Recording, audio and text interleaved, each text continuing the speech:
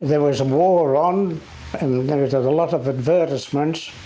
Please enlist now, you're wanted, as it was, sort of thing. And I suppose it was half and half a bit of a change, and you were sort of needed in the army, so I enlisted in the army. Yeah. When my father said he'd signed I was under 21, so he had to sign it. And my brother had already gone to the war. He was 7 years older than me, and my mother wasn't happy about me going in. She said, I wanted to stay at home, but I finally talked her out of it. My elder brother, he was 7 years older than me, he'd already enlisted and gone overseas, and I sort of had to go with reinforcements, and overseas he would pick me up. But he'd gone to the Middle East, and I unfortunately enlisted when this unit was had already been formed and sent to Singapore. So I ended up going to Singapore.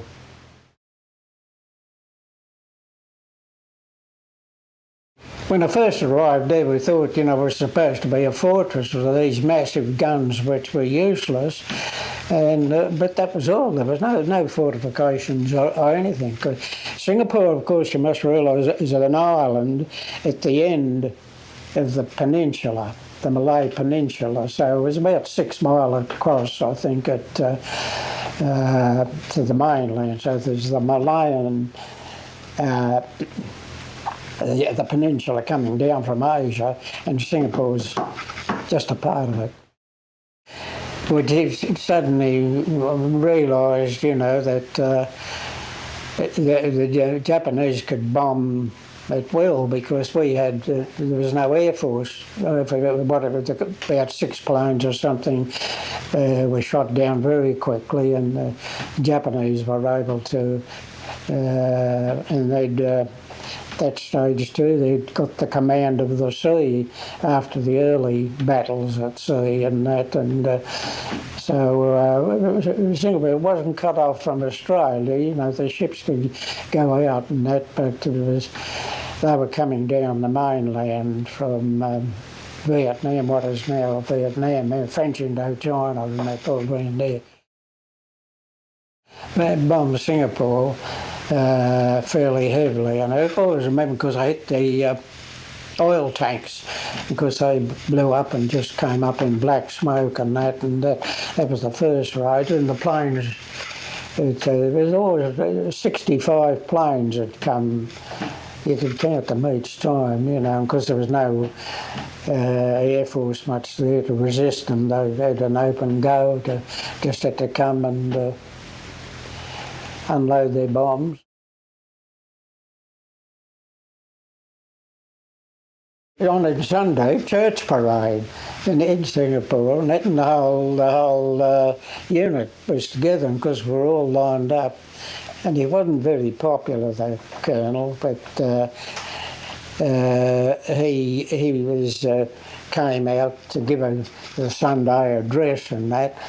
And anyway, we're all looking this way, and he's in front of us here, and I could see them and a few others. What is, you could see these 9 little spots, and then suddenly they start to get bigger.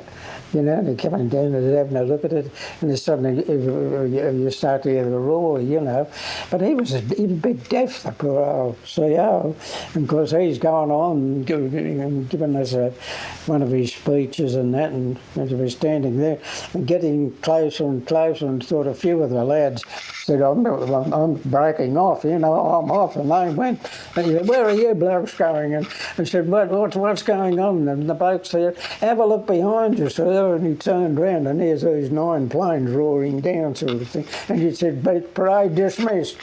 And we were, and they did. We just managed to get out of the way. Singapore wasn't too bad, food and that, and they had a lot of Of course, then they started to build the railway, but I missed all that because going to Japan, like I just spent nearly 2 years in a year at least a year I should say, in the tropics. We had sort of thing. They sent us to Japan in the Northern Ireland to start with. In the middle of winter, there Christmas in November, which up there was snow, but that was probably, well, we lost 20 in the first few months there, just from the cold, and that, you know, was a big killer. And but no, I didn't. Japan, you were better off staying in Singapore. Japan was killer sort of thing. No, it is, you've seen, you know, on the map of Japan, you've got Hokkaido, the Northern Island, then the main island, and then the Southern Island. And we were up in the northern part of the Central Island, but on the western side, facing Siberia. And of course, there's no mountain ranges between the west coast of Japan and the North Pole. So you can imagine the blizzards just come down, not a mountain in the whole way. And of course that means Japan had dreadful winters. The top places still have them and that, but that was the cold was the big killer there. In Japan, we had to work in the factory and that. There was a different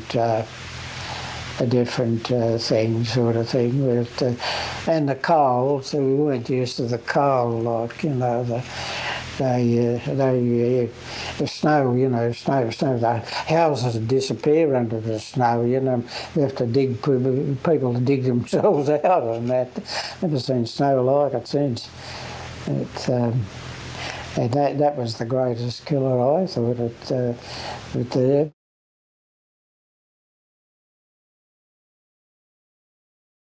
Put me on the American ship. Oh, yes, there were two. Yeah, when we arrived there was this great big white ship with a big red cross on it, lights blazing, and a Negro jazz band belting it out up on the quarter deck. And I thought, well, we went on that, you know. They had these beautiful world trolleys and they were put on it, and we went and got up, and it was beautifully done out. It was only been built in the last 12 months of the war, and the beautiful beds and that, and all these nurses. We hadn't seen a white woman for 3 or 4 years. All gathered round, nurses, you know, going on. And then a chappie come down, and he said, "Sorry, fellows, American, you know." He said, "You're on the wrong ship, lads. We put you on ours, but you're on the British ship that's behind us." Anyway, they, you know, brought us out and put us on a oily thing of the way they wheeled us down. But it was all dark night, and that wheeled us out of the lights from the American one. And then we came to this other ship. All of that was just its light up on the mast. No one much there, sort of thing. And it was a British hospital ship. I think it did just arrive because we were the first to come on, sort of thing. So they put us on. I remember by crane picked us up and they dropped the crane off the ship, you know, and then dropped it down into the hull with all the beds and everything. Well, it wasn't bad. And that was there. I remember going up in the air and down into the hull and into the hospital. And I was the first one to go down, and they put me in the bed, and it's pretty quiet. There's nothing going on, you know. Next minute I, you know, thought what was going on, sort of thing. And this hand came round with a cup of tea. And when I looked round, She was the ward nurse, one of the most beautiful women I've ever seen in my life. She was, you know. Even though it was the first one I'd seen in her for 4 years, she was still first class. And she said, "There's a nice cup of tea for you." I didn't know. I thought, well, which was the best, of coming down and meeting her, or being up there while they're beating out the band and all those nurses were up there the other end of the part. But it was good, though. I enjoyed the trip.